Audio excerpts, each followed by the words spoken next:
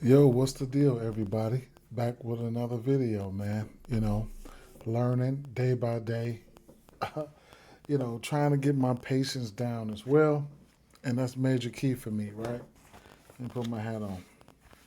That's major key for me, right? And today, my next cook will test my patience, right? And I'll get to that in a second. But before I start the video, I do want to let you guys know that there was a short and it's going to be linked to this video.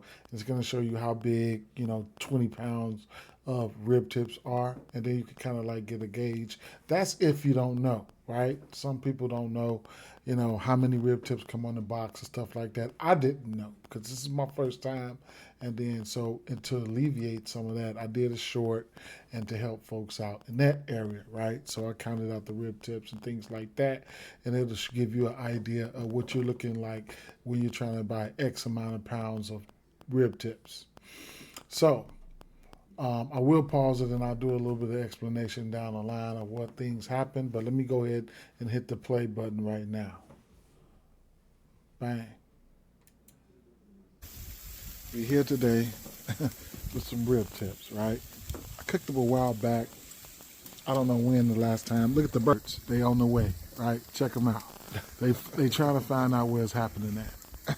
Either way it goes, yeah. So what I did, if you caught the short, I showed you guys what a 20-pound case of rib tips look like. So if you caught that short, it'll be linked. That short will be linked to this video. And then, so what I did here, I took 9, right? Now, I seared these, and I got them on the top rack right now. I'm searing these right now. These right here, they're jerk, right? You can see the color already, things of that nature. So that's how we're doing that. These right here are just regular with a test rub that not regular, they're seasoned really good with a test rub that I made. So right now I'm just going for the sear. Just a light sear. And I'll separate these from the fire, right? So right now I'm using a Char-Griller XD. And I'll flip these a little bit here on the back side, give a little sear, char sear on the back side, and I will remove these from the heat for some low and slow cooking here, right? So right now, that's where we at. I'm gonna sear this back side. This is 1, 2, 3, 4, 5, 6, 7, 8, 9 tips here. That's the first process that I did. Then we'll once I close the grill, I'll go with the the time stamp or whatever the case may be. Probably close it down. First time going indirect. I'm not even going indirect smoke box. In chamber, okay? In chamber, indirect. Not even going with the smoke box today, right? Got a little cherry chips here I might use. This is the rest of the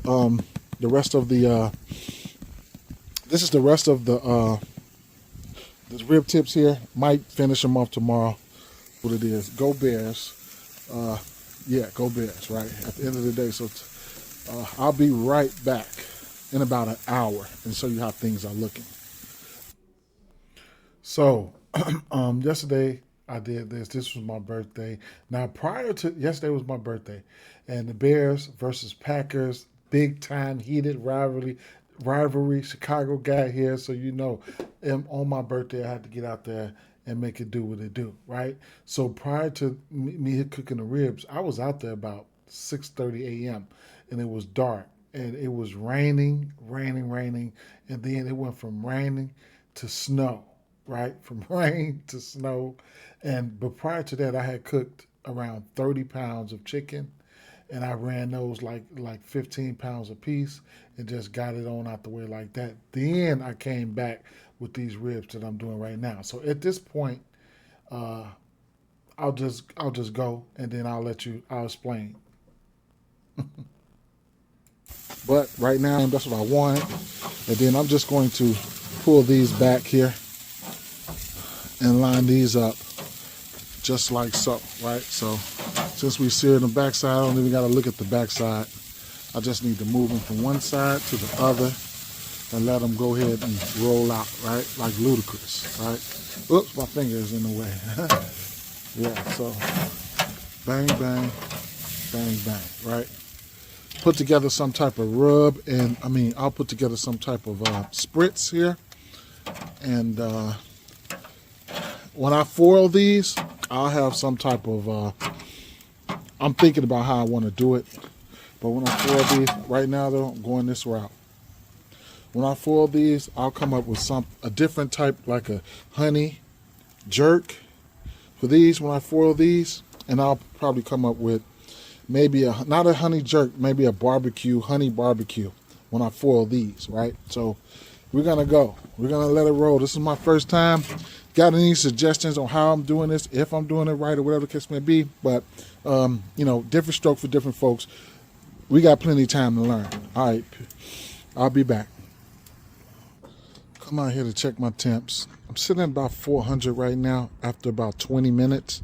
So right now, all I'm going to do right now is I just choked it down a little bit, but I should have showed you guys how far I went. And then from here, I'll work my way back, right? Because I'm going in direct with coals on the inside of the chamber, and I'm just trying to get to about between 250, 275 slowly with these ribs, right? I still got my stack right here. I'm probably going to open my stack just a little bit more, but stay right there, and then just see, how this fares in another 15 minutes. If this if it start going back down, then I know I'm where I need to be. So right now, I will give you guys a peek, but I can't give you guys a peek right now.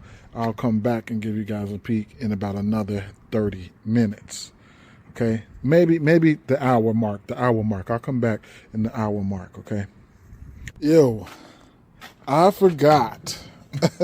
I forgot that I was creating content. That was funny, man. And I went through all the motions, right? So I'll pull this out real quick and show you guys how they look. Now, with the remaining coals that I had left, I let them go. And in this foil here, and just let it roll, right? Kind of crack this side, and then I kind of tightened it up over here all the way around.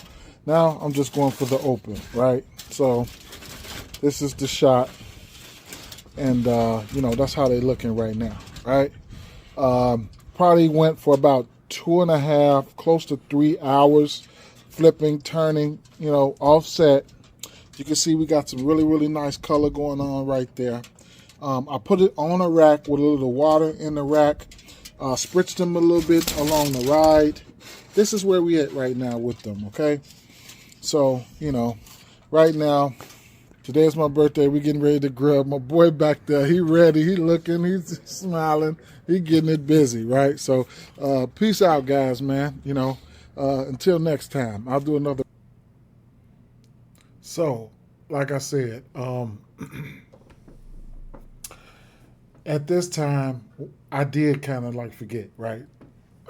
But I couldn't leave them on the grill because I'm doing a lot of things, right? I open up to the public, most of the times on the weekends, and I was just trying something new.